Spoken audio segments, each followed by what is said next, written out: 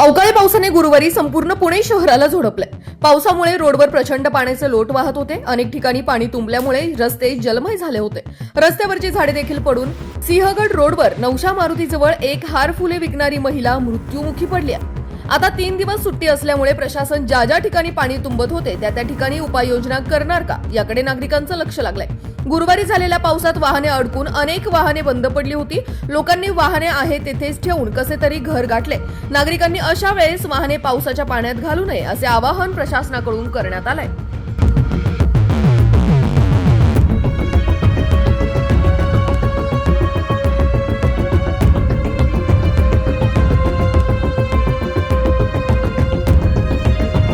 अशाच नवनवीन बातम्या व घडामोडी पाहण्यासाठी आमच्या चॅनलला लाईक, शेअर व सबस्क्राईब करा.